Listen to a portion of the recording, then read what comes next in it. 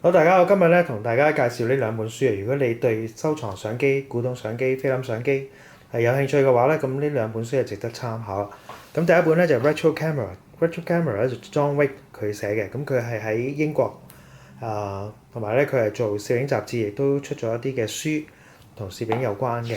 咁呢本書咧，因為由於佢係喺英國啦，所以咧就比較傾向於歐洲方面嘅相機多啲啦。咁亦都會咧將啲相機分類啦，有單鏡反光嘅相機啦，呢個旁軸相機啦，各類嘅呢啲舊嘅相機啊。咁咧單鏡嘅中幅相機、雙鏡嘅中幅相機，咁同埋一啲特別嘅相機啊。咁有比較多嘅資料啦。咁但係亦都好唔係話好長，唔係好長篇大論嘅嚇。咁反而咧就係嗰啲相機嘅圖片咧，就都幾就會多啲啦。咁都幾精美嘅。咁有一啲嘅基本嘅相機嘅資料啊，亦都有啲攝影有關攝影嘅資料啦，菲林啦啊。咁都係幾好嘅一本書啦。跟住咧就會譬如每一個譬如而家呢度進入到單鏡反光相機，佢又會講少少有關於單鏡反光相機嘅基本嘅資料啦。亦譬如呢個係代表咗一個時代啦嚇。呢個 Canon F1 嘅相機。所以你見到佢嗰個圖片咧都好大嘅，好清晰嚇。亦都會咧從唔同嘅角度去影嗰部相機。F1 啦嚇，因為 F1 咧係或者比較有代表性啦。所以咧就個篇幅就會多啲啲嚇。亦都會有一啲嘅好基本嘅資料。譬如咧佢嗰個嘅個快門速度啦，佢如果跟鏡頭嘅話，個鏡頭嘅光圈大細啦，佢有啲嘅咩嘅模式嘅拍攝模式可以選擇。同埋一啲嘅特別嘅地方啊。譬如 OM1 啦，都係比較有代表性啦。所以咧個篇幅就會有2頁啦。亦都係有唔同嘅角度去影嗰部相機啦，去展示嗰部相機啦。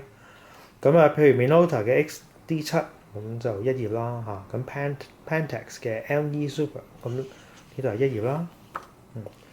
有 Nikon F 啦，Nikon F 當然就係比較有代表性啦。所以咧就篇幅多少少。都係啦。一啲簡單嘅説明啦，同埋一啲嘅基本嘅資料啦嚇。但係啲圖片咧係即係好清晰、好清楚嘅。Zeiss 嘅單鏡反光相機啦。開始咧就呢啲咧就係傾向好多嘅啲都係歐洲機啦嚇。我哋都少見嘅。所以係值得參考啦嚇。如果對收藏相機有興趣嘅話，好似呢部都可能好多人都未見過，或者個牌子都未聽過，叫Microflex。可能都比較少見啦，同埋比較舊嘅相機。佢嗰個出嘅年份係1953年咯。都係一啲嘅少見嘅相機啦。跟住咧就有佢呢啲旁軸相機啦。旁軸相機大部分都係講歐洲嘅相機啦。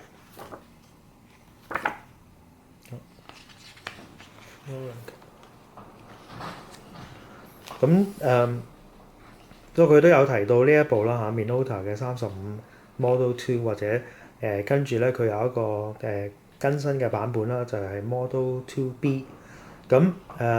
呢部相機都好多歐洲人都中意喎。所以我估佢都放咗喺呢個書嘅裏邊啦。旁軸相機咧 Minolta 35Model 2咧都係佢嘅代表作嚟㗎啦嚇。不過呢部相機Minolta 35，聽聞咧就係嗰個捲簾咧就嗰個快門簾咧就即係會容易壞啊。咁不過佢都係1953年出㗎啦。咁所以好多可能都需要有一啲嘅即係留意啦，佢嗰個維修啊咁樣。咁Leica 嘅 CL 啦就係同 Minolta 合作推出嘅。Konica 機嘅介紹啦，咁啲中幅Mamiya 嘅RB67啦。好，咁另外一本咧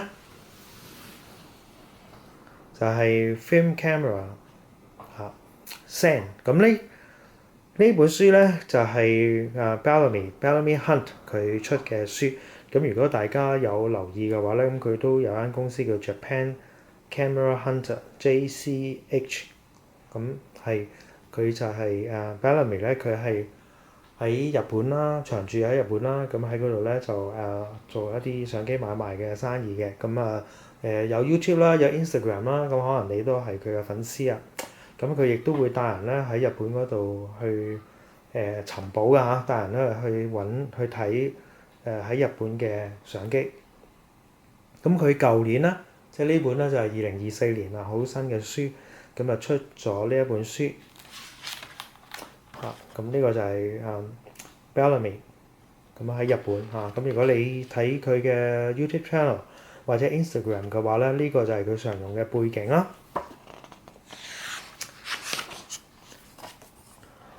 咁因為佢喺日本啦，咁所以咧佢所列出佢呢本書裏邊嘅相機咧，就大部分都係日本嘅相機。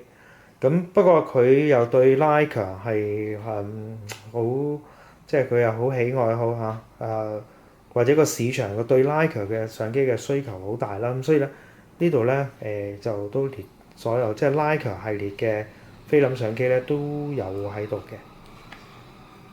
即係唔會全部啦，但係即係其他日本機咁另外就係加有 Leica。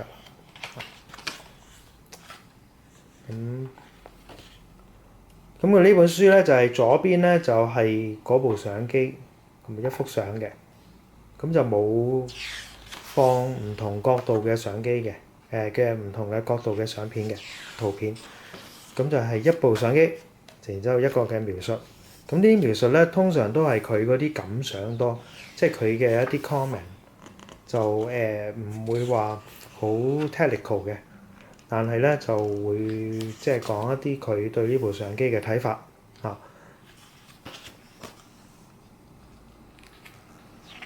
咁呢部就係日本 Canon 嘅第一部嘅相機啦，應該相信係。咁Contax 啦Fujifilm、Konica、Oda、Hasselblad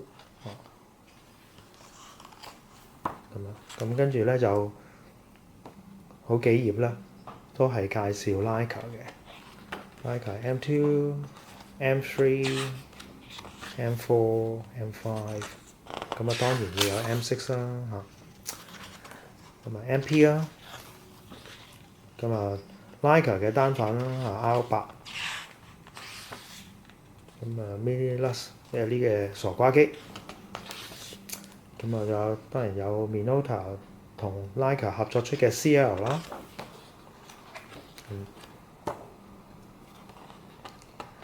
咁係啦，咁呢本佢主要嘅做法就係左邊一張相，咁然之後有啲嘅佢嘅評論或者一啲嘅睇法，佢嘅感想咁一樣都係一本好精美嘅書嚟嘅咁有興趣嘅話咧，都可以攞嚟參考下，即係睇下佢嘅睇法你認唔認同啦咁樣。咁Pentax K1000啦，咁呢啲都係好流行嘅相機嚟嘅。